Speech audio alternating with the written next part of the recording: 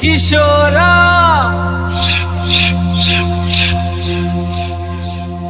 ପଶ୍ଚିମ ପଶେ ସେ ଦେଖୁଛି ମୁହାଣ ଘୁରି ଗଲା ସେ ମୋର ପଛେ ସେ ମୋର ପଛେ।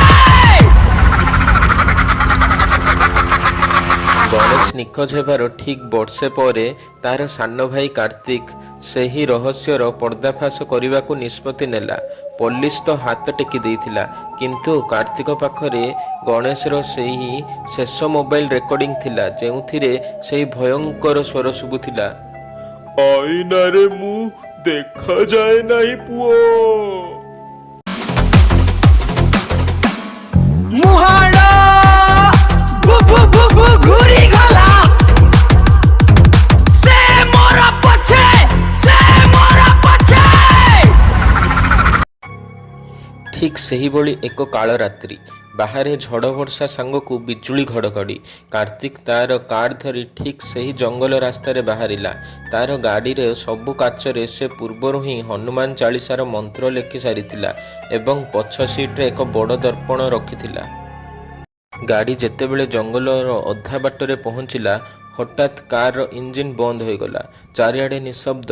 କାର୍ତ୍ତିକ କାରର ହେଡ୍ଲାଇଟ୍ ଆଲୁଅରେ ଦେଖିଲା, ରାସ୍ତା କଡ଼ରେ ସେହି ବୃଦ୍ଧା ଜଣକ ଠିଆ ହୋଇଛନ୍ତି, କିନ୍ତୁ ଏଥର ତାଙ୍କ ମୁହଁରେ ଏକ ରକ୍ତମୁଖା ହସ ଥିଲା। ସେ ନିଜେ ଆସି କାରର ପଛ ସିଟ୍ରେ ବସିଗଲେ। କାର୍ତ୍ତିକ ଭୟ ନ କରି ପଛକୁ ଚାହିଁଲା। ବୃଦ୍ଧାଙ୍କ ମୁଣ୍ଡଟି ପୂର୍ବ ପରି 180 ଡିଗ୍ରୀ ବୁଲିଗଲା ଏବଂ ସେ ବିକୃତ ସ୍ୱରରେ କହିଲେ, ତୁ ବି ଆସିଗଲୁ? ତୋ ଭାଇ ଭଳି ତତେ ବି ମୁଁ ଚୁପ୍ କର। କାର୍ତ୍ତିକ ଗର୍ଜନ କରି ଉଠିଲା ଏବଂ ପଛରେ ଥିବା ବଡ଼ ଆଇନାଟିକୁ ବୃଦ୍ଧଙ୍କ ମୁହଁ ଆଗରେ ରଖିଦେଲା। ଆଇନାରେ ବୃଦ୍ଧାଙ୍କର କୌଣସି ପ୍ରତିବିମ୍ବ ନଥିଲା, କିନ୍ତୁ ଆଇନା ପୃଷ୍ଠରେ ଥିବା ମନ୍ତ୍ର ଏବଂ ଗଙ୍ଗାଜଳର ପ୍ରଭାବରେ ସେହି ଅଦୃଶ୍ୟ ଆତ୍ମାଟି ଚିତ୍କାର କରିବାକୁ ଲାଗିଲା। ସେ ଚିତ୍କାରରେ ସାରା ଜଙ୍ଗଲ କମ୍ପି ଉଠିଲା। କାର୍ତ୍ତିକ ପଚାରିଲା, କୁହ, ମୋ ଭାଇ କାହିଁ? ନହେଲେ ତୁ ଏଇଠି ଜଳି ପାଉଁଶ ହୋଇଯିବୁ।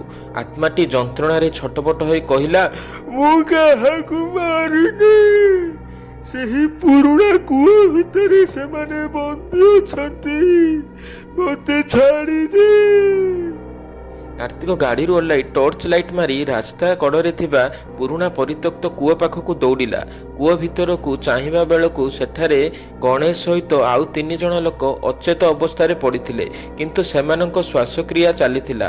କାର୍ତ୍ତିକ ତୁରନ୍ତ ପୋଲିସକୁ ଖବର ଦେଲା। ଗଣେଶକୁ ତ ଉଦ୍ଧାର କରାଗଲା, କିନ୍ତୁ ସେହି ଦିନଠାରୁ ସେହି ଜଙ୍ଗଲ ରାସ୍ତାରେ ଯିବା ସମୟରେ କେହି କଦାପି ପଛ ସିଟ୍ ଆଡ଼କୁ ଆଉ ଆଇନାରେ ଚାହାନ୍ତି ନାହିଁ, କାରଣ ସେଇ ଡାହାଣୀ ଏବେ ମଧ୍ୟ ସେଇ ଜଙ୍ଗଲରେ କାହାର ଅପେକ୍ଷାରେ ବୁଲୁଛି।